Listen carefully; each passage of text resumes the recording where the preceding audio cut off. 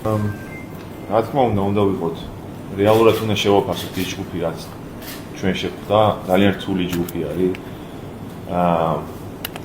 ესპანეთის ნაკრები ვიცით რა ნაკრებიც არის და რამდენად რთული არის მათ წინააღმდეგ თამაში. ძალიან ბევრჯერ ვეთამაშეთ.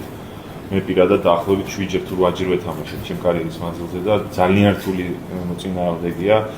რაღაც ქულები დავგეგმოთ მათთან, იქნება ძალიან რთული. რა თქმა უნდა, შესაძლებელია, მაგრამ რეალურად თუ შევხედავთ, ვიცით რომ ესპანეთის ნაკრებს დაგეგმილია ყველა თამაშის მოგება ჩვენ ჯგუფში.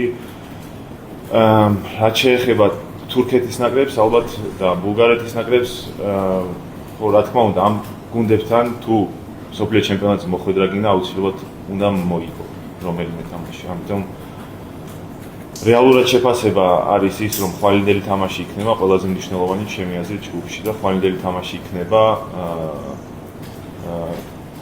ამ როგორ დავიწყებთ ამ ჯგუფს ეს არის ყველაზე მნიშვნელოვანი და ამ ორ თამაში გამოჩნდება რეალობა რა არის, ხო? იმიტომ რომ ჩვენ გვინდა რომ მოვიგოთ ეს თამაში, ხვალინდელი თამაში და